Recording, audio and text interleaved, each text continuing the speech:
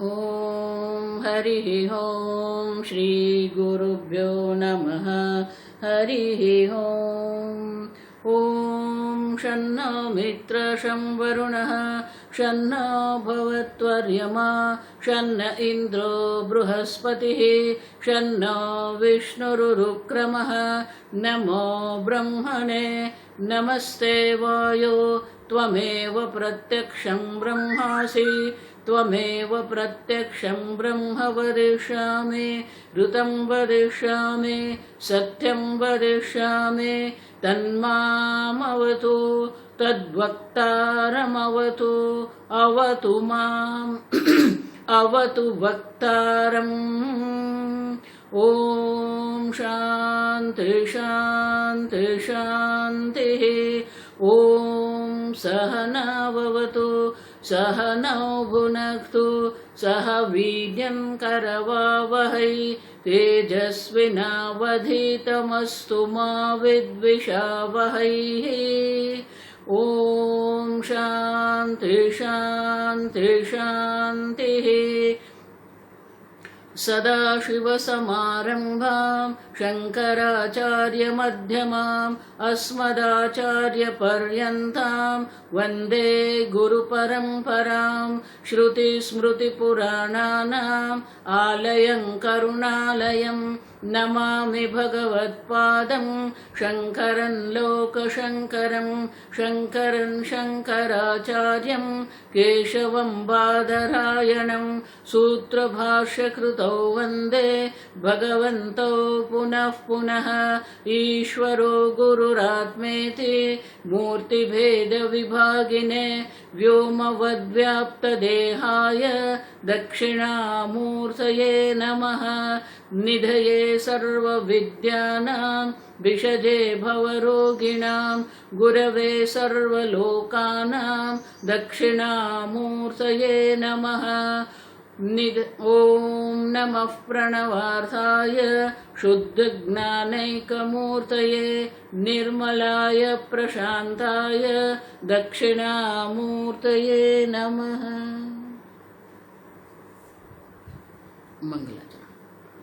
ॐ नमः श्रीशङ्करानन्द गुरुपादाम्बुजन्मने। ॐ नमः श्रीशङ्करानन्द गुरुपादाम्बुजन्मने। सविलासमहामोहग्राहग्रासैककर्मणे सविलासमहामोहग्राहग्रासैककर्मणे।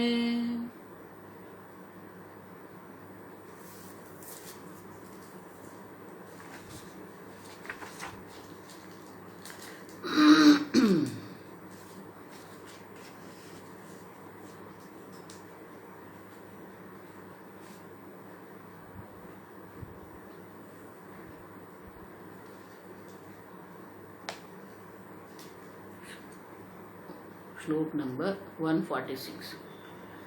न जानामि किमप्येतत् न जानामि किमप्येतत् इत्यन्ते शरणं तव इत्यन्ते शरणं तव।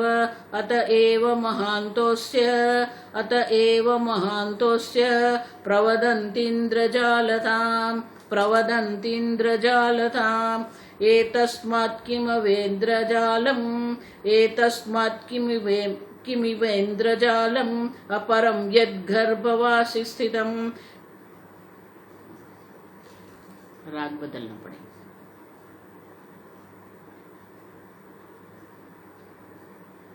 एतस्मात् किमवेन्द्रजालपरं यद्गर्भवासि स्थितं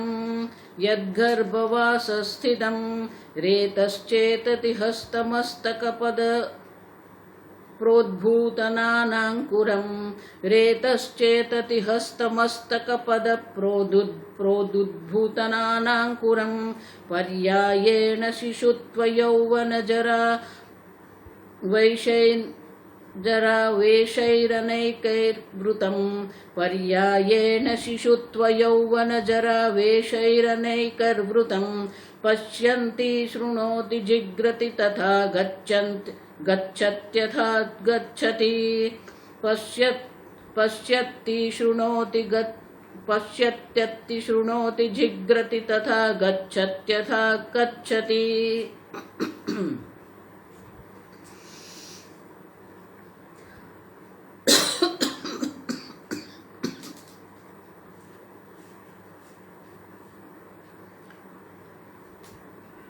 न जानामि किम एतत इति अन्ते शरणं तव। छेवटे अंत माने कि अंत में तो आपको तव शरणम अज्ञान के शरण में ही जाना पड़ेगा। ये सबका कारण जो है वो अज्ञान ही है। क्यों? अतः एव महान्तः अस्य प्रवदन्ति। जो महान पुरुष जो है, महात्मा लोग जो है, विद्वान लोग है, वो कहते हैं ये भगवान का इंद्रजाल ही है, माया के द्वारा रचित ये इंद्रजाल है। अब समझो। और ये इंद्रजाल किस कारण दिख रहा है? तो क्या अविद्या के कारण ही है।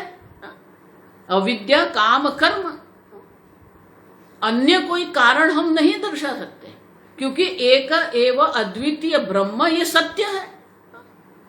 सत्यम ज्ञानम अनंतम ब्रह्म। शास्त्र कहता है कि ये सत्य है, मान कि काल में मर्यादित नहीं है, चित है, जड़ नहीं है, वो अनंत है, आनंद स्वरूप है, वो दुख नहीं है। तो जो दुख, जड़ता और मृत्यु से जो पर है वो ब्रह्म है, वो सत्य है। ये जो जगत हमें दिख रहा है ये माया का इंद्रजाल है, माया की जादूगरी है। लेकिन ये इंद्रजाल क्यों दिख रहा है? अगर आप प्रश्न पूछते हैं तो न जानामि और कोई कारण नहीं है। न जानामि एतत्, न मैं जानता नहीं हूं, ये अज्ञान ही उनका कारण है। अब समझो। न जानामि माने कि ये अविद्या है, मैं जानता नहीं हूं। आप कितने भी प्रश्न पूछिए, आप कितने भी बड़े पंडित हो, लेकिन कहीं ना कहीं आपको तो कहना पड़ेगा न जानामि, मैं जानता नहीं हूं। अब देखो, और इसलिए विद्यारण्य मुनि कहते हैं कि अंत में तो न जानामि आके ही खड़ा रह जाएगा, माने कि अविद्या ही है वहां पर। अविद्या के कारण ही ये सब इंद्रजाल हम देख रहे हैं, अनुभव कर रहे हैं। मायामयम जगत। अब सब।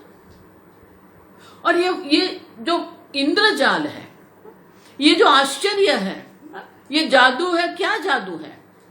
आप समझो। तो अगले श्लोक में विद्यारण्य मुनि स्वयं दर्शाते हैं कि ये भगवान का जो जादू है, जो माया के द्वारा भगवान ने जो ये जादू बना के रखा है। देखो, इसलिए 18वें अध्याय में भगवान कहते हैं ईश्वर सर्वभूतानां हृद्देश्य अर्जुन तिष्ठति भ्रामयन् सर्वभूतानि यंत्र रूढ़ानि मायया। अब सब भूतों को भ्रमित कर रहे हैं, भ्रामयन, ऐसे चक्कर में डाल देते हैं कि फिर वो घूमता ही रहता है। लेकिन ये सब किसके कारण? न जानामि, अज्ञान है ये। लेकिन ये जो आश्चर्य हम देख रहे हैं, वो आश्चर्य जो है, ये बाजीगरी जो है, जादूगरी जो उनकी है। क्या जादू है? अब समझो। जिसको हम चमत्कार कहते हैं कि जो जड़ है वो चेतन दिख रहा है। अब समझो। तो ये चेतन दिख रहा है हमें, और उसी को हम सर्वस्व मान के हमारा जीवन उसी को हम समर्पित करते हैं। आजकल जो योग चल रहा है वो योग क्या है? शरीर, स्थूल शरीर संबंधित योग ही है। अब समझो। तो आप तो आपके स्थूल शरीर में समर्पित हो, उसी को ही सर्वस्व मान के चल रहे हो। आप समझो। जिम में आप जाइए, ये अभिनेता है, अभिनेत्री है, सब लोग स्थूल शरीर पर ही पड़े हुए हैं, उसी को सर्वस्व मान के, उसी को समर्पित होके अपना जीवन जी रहे हैं। तो ये आश्चर्य ही है कि जो नहीं है उसी को सर्वस्व मान के हम चल रहे हैं। और इसीलिए भगवान कहते हैं भ्रामयन् सर्वभूतानि यंत्र रूढ़ानि माया। जिस प्रकार से कठपुतली को हम नचाते हैं, उसी प्रकार से ये माया देवी सबको नचा रही है। और क्या क्या कर सकती है वो, तो अगले श्लोक में हमें दर्शाते हैं। देखो, जब वेदांत का मैंने अध्ययन करवाना आरंभ किया, तो हर वर्ष मैं ऋषिकेश जाती थी स्वामी जी के पास। तो स्वामी जी के भी जो गुरु जी थे, स्वामी तारानंद जी महाराज, तो स्वामी तारानंद जी महाराज के पास भी जाके बैठते थे हम लोग। तो स्वामी जी पूछते थे क्या चलता है, कैसा है अध्ययन, कैसा चल रहा है, सब पूछते थे। तो एक बार मैंने बताया कि स्वामी जी अध्ययन तो हम करवा रहे हैं, लेकिन लोगों को ये चमत्कार में बहुत विश्वास है। लोगों को ये चमत्कार देखना और चमत्कार के पीछे पड़ने का एक आदत बन गई है।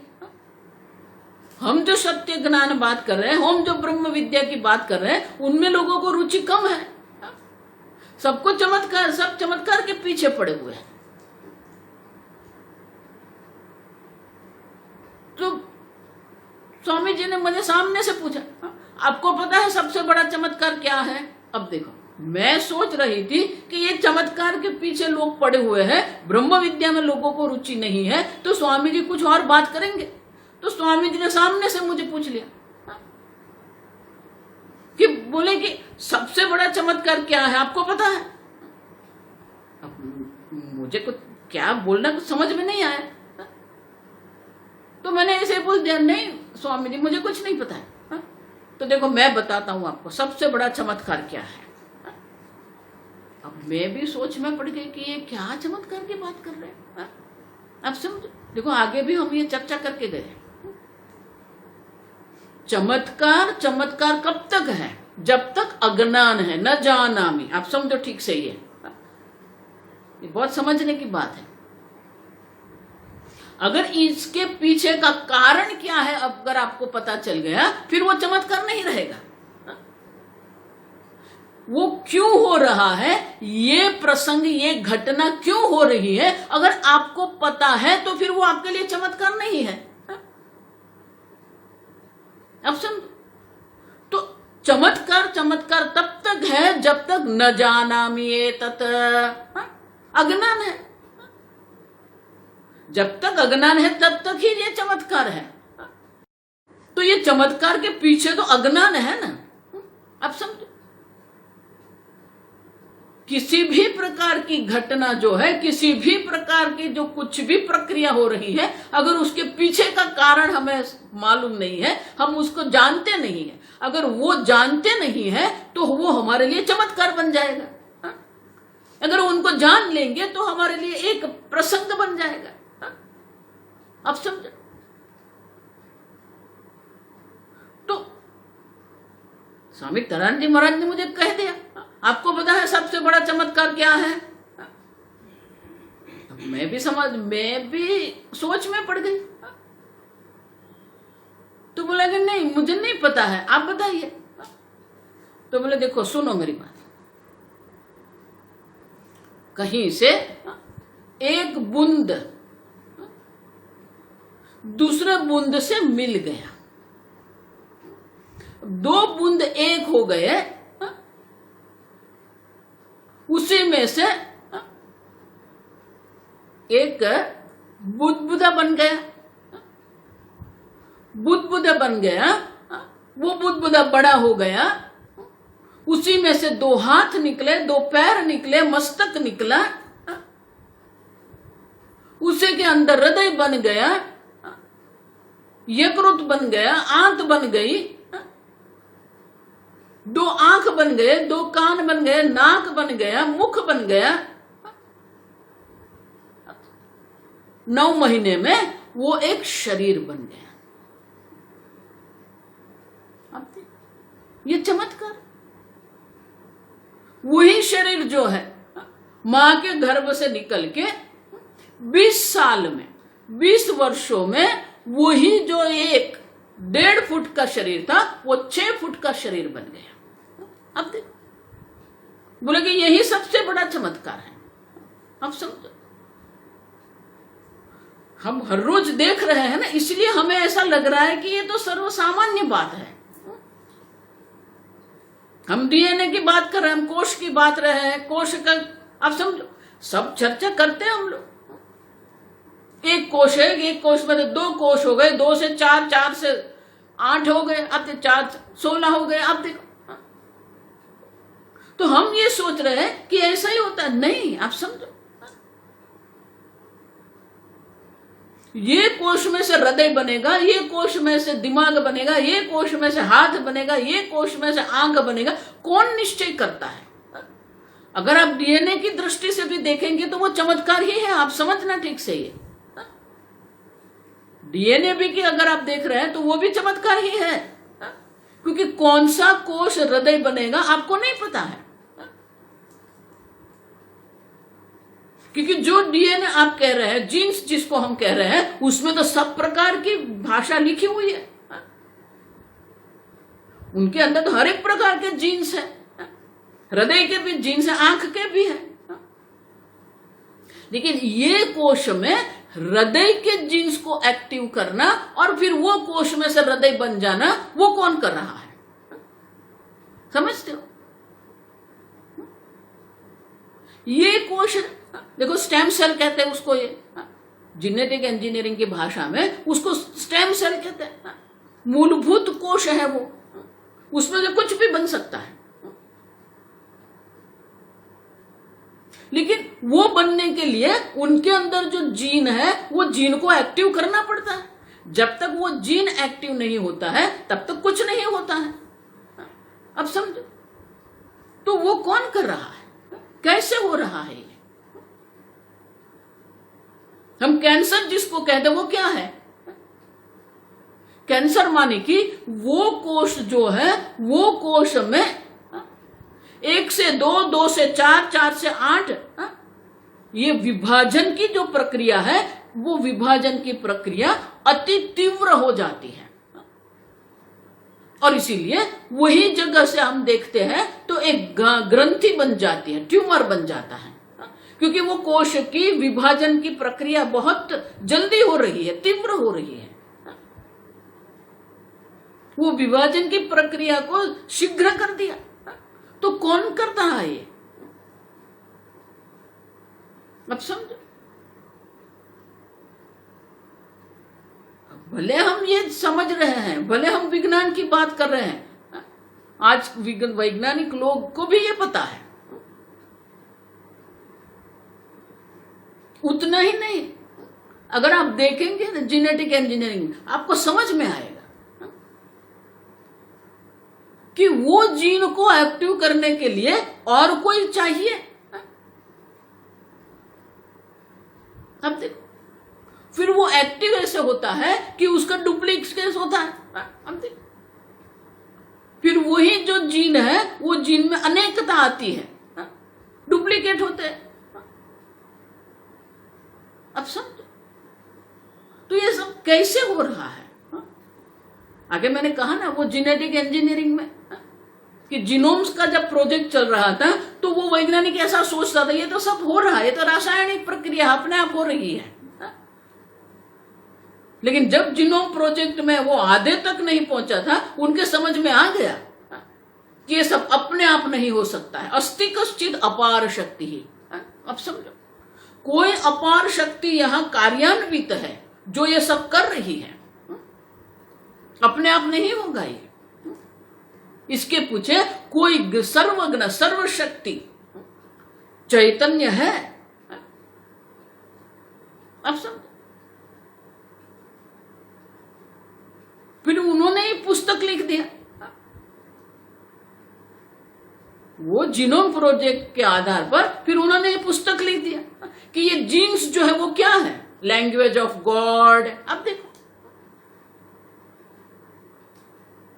तो ये सबसे बड़ा चमत्कार है। आप समझो, एक मनुष्य शरीर बनना, एक अंड और एक वीर्य का एक हो जाना, और वही एक कोश में से ये 6 फुट का जो मनुष्य शरीर बन रहा है, वो सबसे बड़ा चमत्कार है। अब सब उसी की चर्चा ये श्लोक में विद्यारण्य मुनि कर रहे हैं। आप समझो कि एक कैसा चमत्कार, ऐसा आश्चर्य है।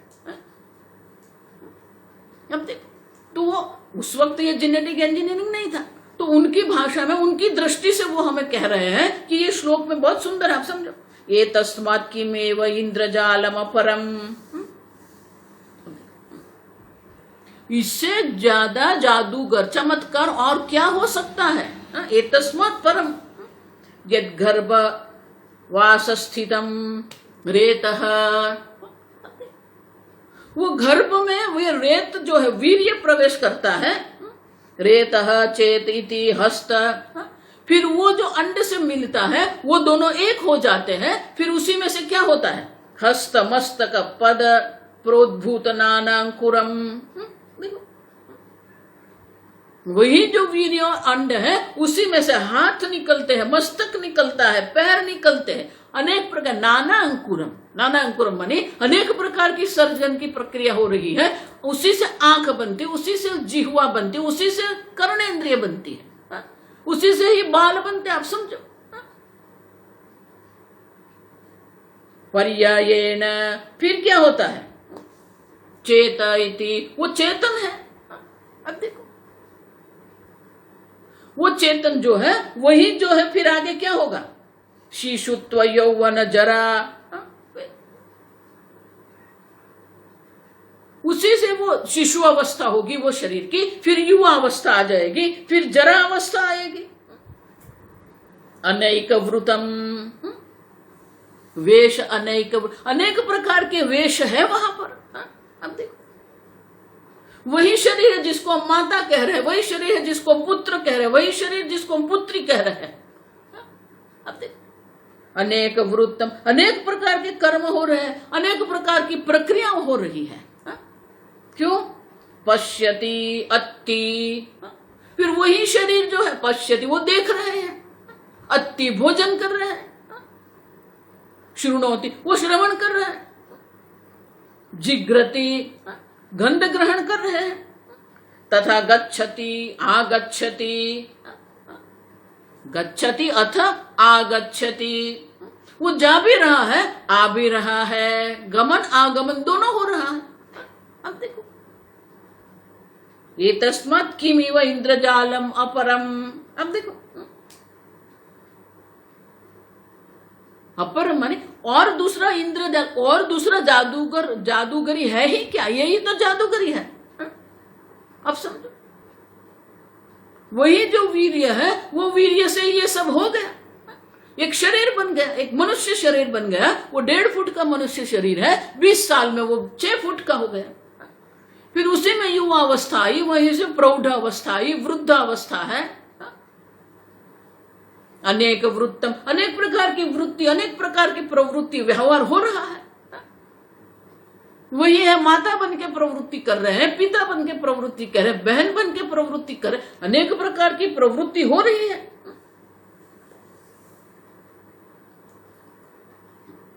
यही भगवान की माया है, आप समझो।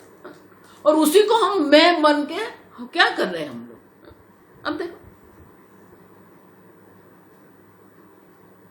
वही शरीर जो बना हुआ है, वही शरीर को हम मैं मान के चल रहे हैं, उसी में हम बुद्धि करके हम सब प्रकार की प्रवृत्ति कर रहे हैं, उसी को हम सर्वस्व मानते हैं। इसलिए आगे मैंने कहा ना, ये अभिनेता है, अभिनेत्री है, ये जिम वाले हैं, ये योग वाले हैं, उनका पूरा ध्यान किसके ऊपर केंद्रित है, स्थूल शरीर पर ही केंद्रित है। आप समझो, ये कॉस्मेटिक इंडस्ट्री जो चल रही है, सौंदर्य प्रसाधन, अब देखो, ये सौंदर्य प्रसाधन का जो चल रहा है, पूरे के पूरा उद्योग जो है वो स्थूल शरीर पर केंद्रित है। आप समझो, पूरी टेक्सटाइल इंडस्ट्री जो है ये शरीर पर है। आप समझो,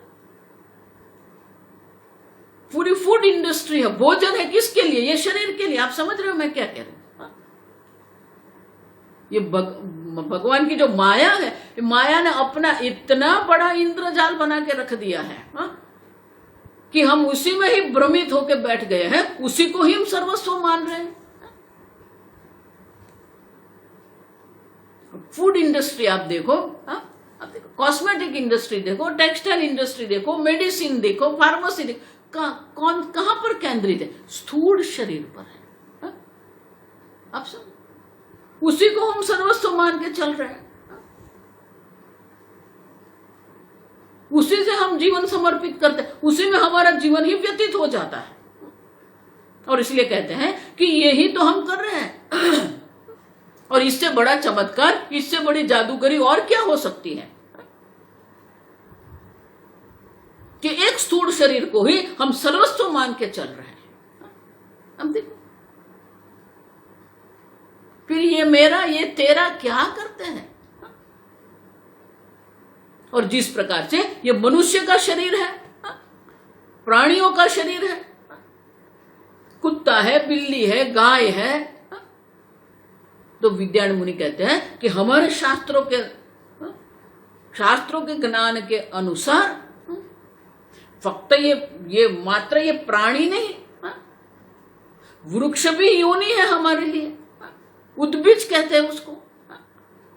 तो कहते हैं वो ही जो यहां वृद्धि हमें दिख रही है, वही प्रकार की वृद्धि वो वृक्ष में भी हम देखते हैं। जो प्राणियों में होता है, मनुष्य में होता है, उसी प्रकार से वृक्ष में भी है।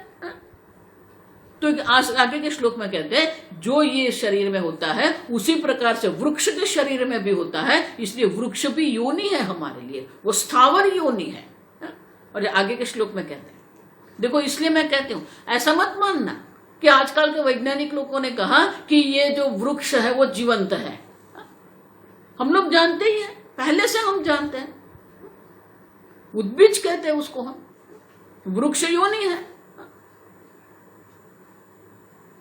श्री कृष्ण भगवान ने दामोदर लीला किया, तो नल कुबेर जो थे दोनों पूर्णतः नग्न होके वो तालाब में स्नान कर रहे थे, सरोवर में स्नान करते थे। वहां से नारद जी गए, तो कोई शर्म नहीं थी, लज्जा नहीं थी उनमें,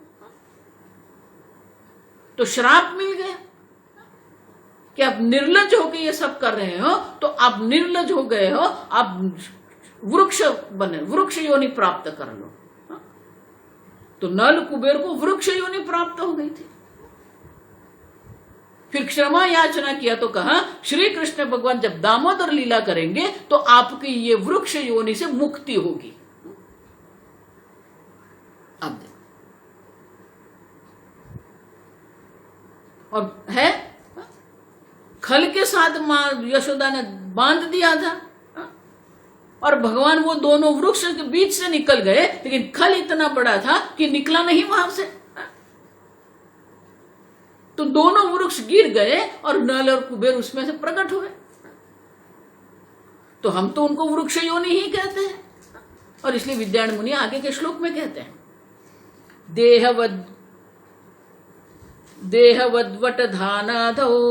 देहवद्वटधानादौ सुविचार्य विलोक्यताम क्वधाना कुत्र वा वृक्षः तस्मान्मायेति निश्चिनो। देहवत, जिस प्रकार से ये प्राणियों का या मनुष्य का देह है, उसी प्रकार से वटधानादौ सुविचार्य, उसके ऊपर भी हमें विचार करना चाहिए। विलोक्यताम, विचार करके उनको भी हमें देखना चाहिए क्या हो रहा है। क्यों? क्वधाना कुत्र वा वृक्षः, कधान बीज, धान माने बीज। तो बोले कि ये वट वृक्ष है, वो उनका जो बीज, उसको कण कहते हैं, हम बीज भी नहीं कहते। तो वट वृक्ष जो है, तो वट वृक्ष क्या, कितना बड़ा वट वृक्ष है, और उसका जो धान है वो तो क्या है, उनका जो कण है वो तो एक छोटा सा कण है। अब एक छोटे से बीज से ही ये संपूर्ण वट वृक्ष बनता है। अब देखो, तो कहते हैं क्वधान कुत्र वा वृक्षः। अब देखो,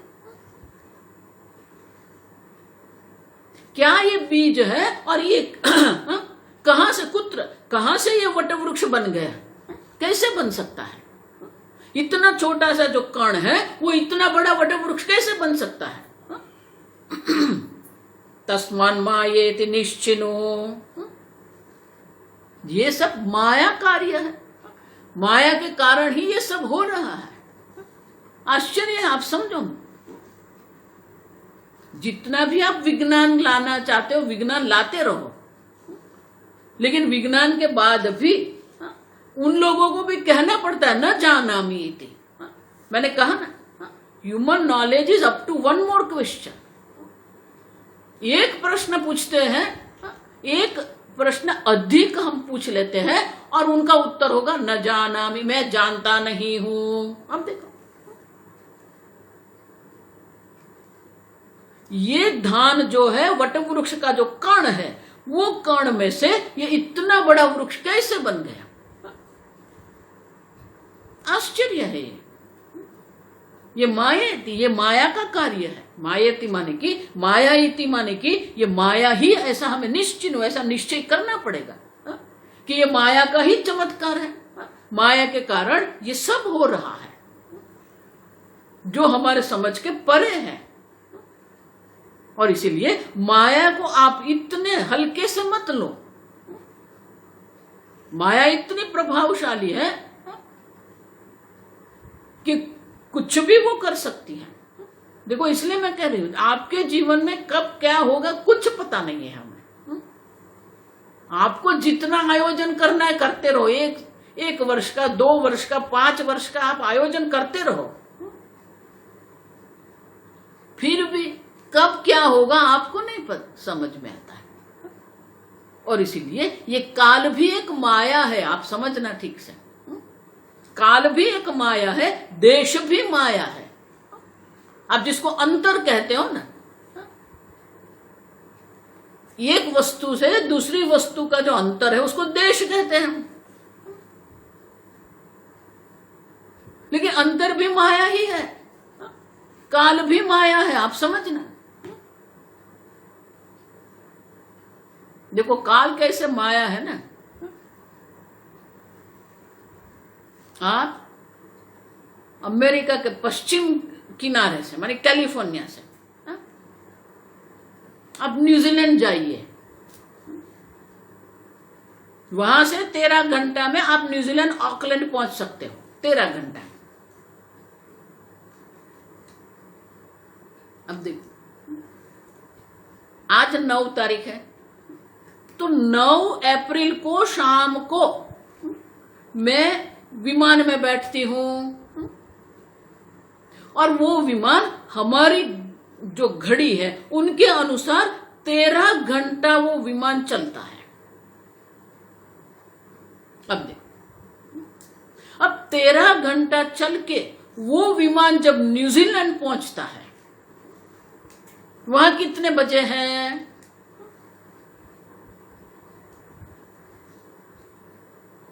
अब देखो, you lose one day. I'm not joking. एक पूरा दिन चला गया। आप 9 तारीख को बैठे हैं,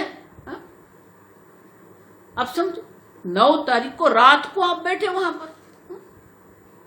आप जब न्यूजीलैंड उतरते हैं, आपकी विमान की गति के अनुसार 13 घंटा हुआ वहां पर जाने का। आप जब वहां उतरते हो तो 11 के सुबह आप 6 बजे उतरते हो वहां पर। 10 तारीख कहां गई? अब देखो, आपने जो प्रवास जो किया है वो तो 13 घंटा का था, लेकिन न्यूजीलैंड जब आप उतरते हो तो वह 11 की सुबह है। वहां 9 को रात को आप अमेरिका में बैठते हो और न्यूजीलैंड उतरते हो तो 11 की सुबह हो गई। और वहां से जब यहां आते हो ना तो 1 दिन एक्स्ट्रा हो जाता है। ये काल है, आप समझो। अब सापेक्ष है चमत्कार, माने कि ये सापेक्षिक है सब। किसको आप काल कहेंगे? किसको 24 घंटे आप कहते हो? किसको 1 मास कहते हो? आप 1 वर्ष कहते हो? ये भगवान की काल, सबसे बड़ी माया भगवान का काल है। ये कालेश्वर जो है ना, महाकालेश्वर, सबसे बड़ा जो चमत्कार भगवान का जो ये काल है। कालो जगत भक्षकः। ये काल के चक्कर हम ऐसे पड़े हुए हैं ना, कुछ समझ में नहीं आ रहा है हमें।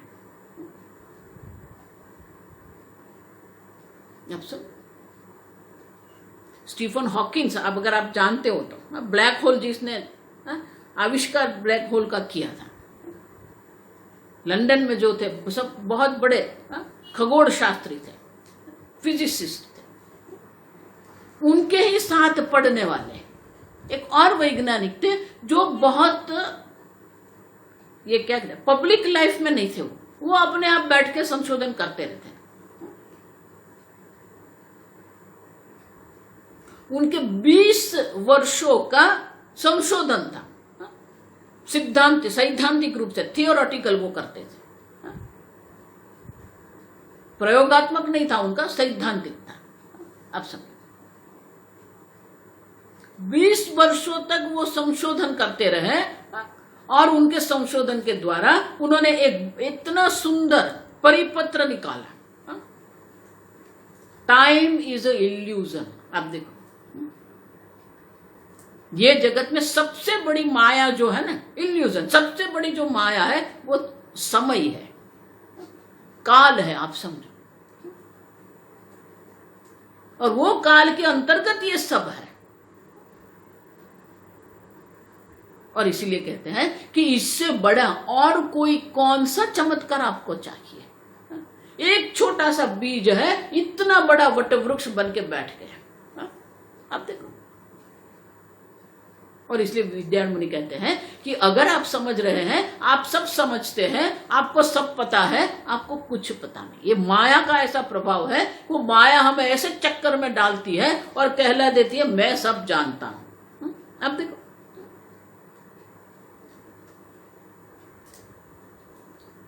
ये माया का जो चक्कर है, देखो ये बहुत समझने योग्य है। आपको ऐसा लगेगा कि इतना लंबा क्यों कर रहे हैं, इसलिए कर रहे हैं क्योंकि आपको समझाना है कि आप जो समझ रहे हैं वो तो माया का कार्य है।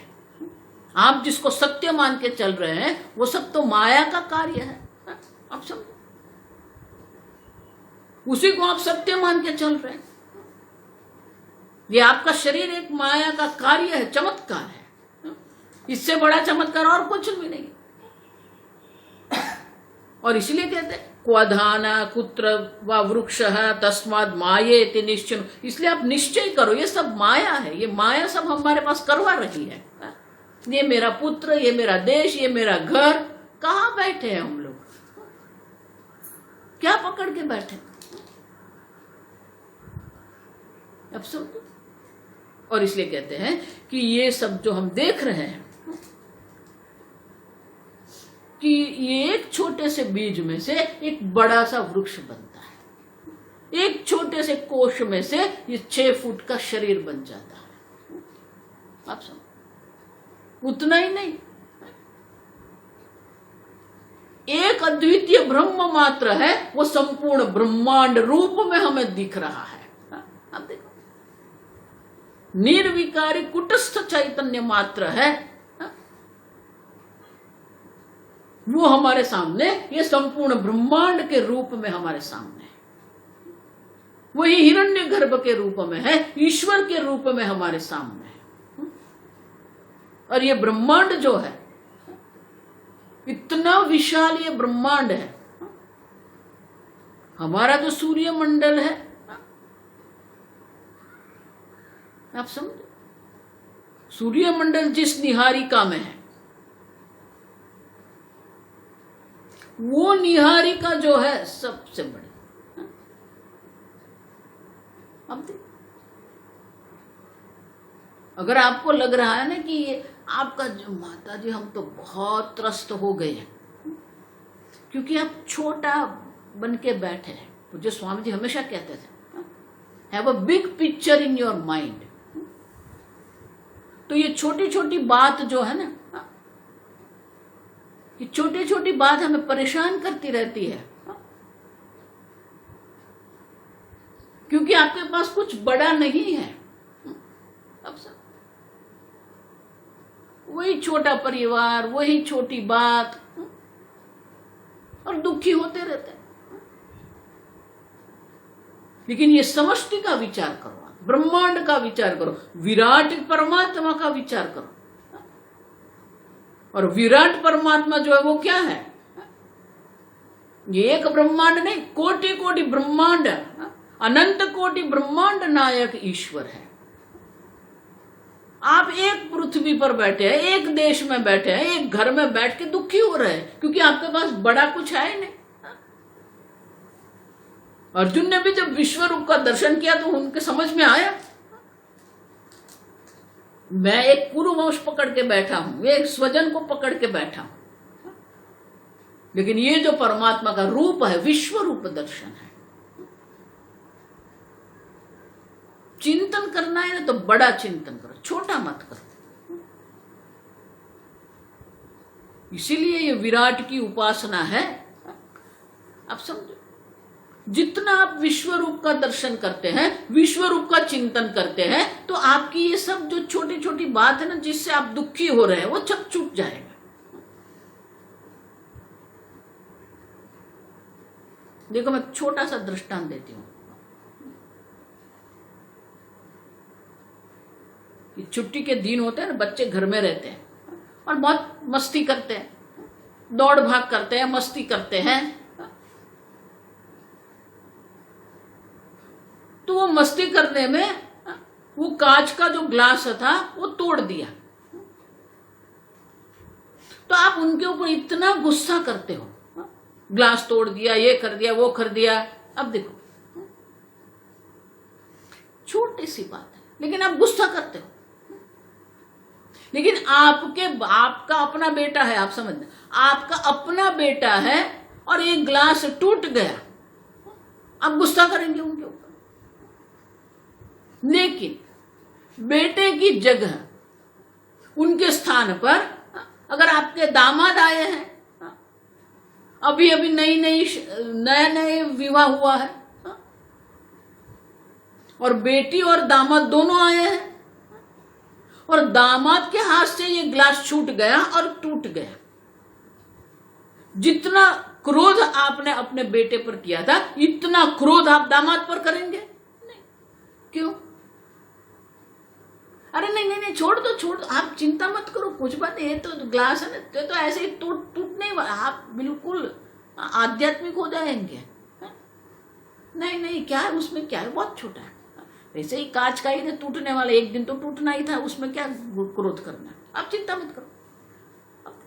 क्यों? दामाद आए हैं,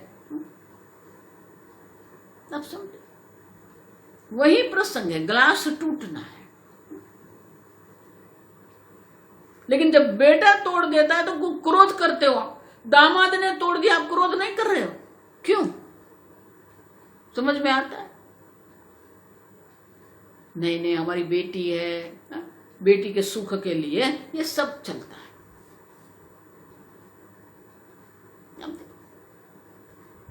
उसी प्रकार छोटी छोटी बात पर हम क्रोध करते रहते, छोटी छोटी बात पर हम निराश हो जाते, छोटी छोटी बात पर हम प्रतिक्रिया करते, प्रत्याघात करते हैं। क्यों?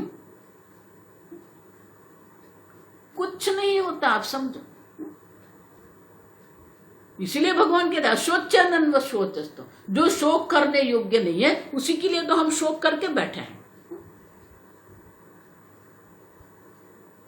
आप सब संपूर्ण ब्रह्मांड का चिंतन करो, विराट का चिंतन करो, विश्व रूप का चिंतन करो,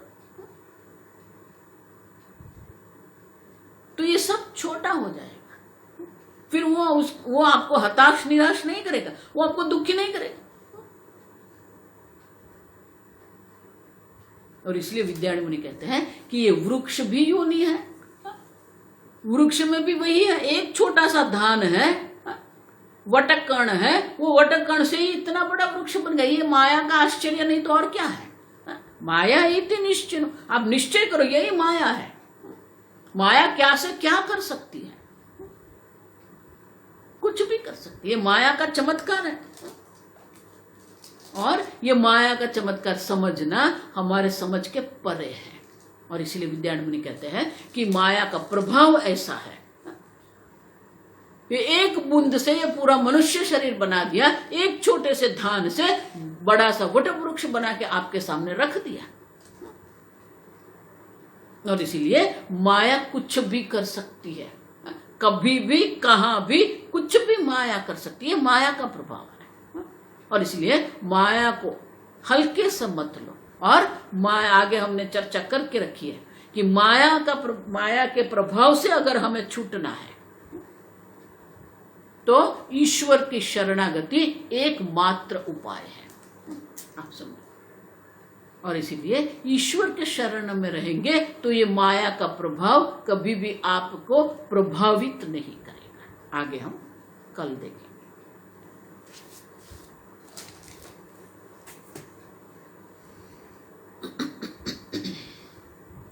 ओम स्वस्ति प्रजाभ्यः परिपालयन्ताम् न्यायेन मार्गेण महीं महिषाः गोब्राह्मणेभ्यः शुभमस्तु नित्यं लोकाः समस्ताः सुखिनो भवन्तु काले वर्षतु पर्जन्यः पृथिवी सस्यशालिनी देशोऽयं क्षोभरहितः ब्राह्मणाः सन्तु निर्भयाः। ओम सर्वेषां स्वस्तिर्भवतु सर्वेषां शान्तिर्भवतु सर्वेषां पूर्णं भवतु सर्वेषां मङ्गलं भवतु सर्वे भवन्तु सुखिनः सर्वे सन्तु निरामयाः सर्वे भद्राणि पश्यन्तु मा कश्चित् दुःखभाग् भवेत् असतो मा सद्गमय तमसो मा ज्योतिर्गमय मृत्योर्मा अमृतंगमय। ओम पूर्णमदः पूर्णमिदं पूर्णात् पूर्णमुदच्यते पूर्णस्य पूर्णमादाय पूर्णमेवावशिष्यते। ओम शांति शांति शांति। हरिः ओम श्री गुरुभ्यो नमः। हरिः ओम।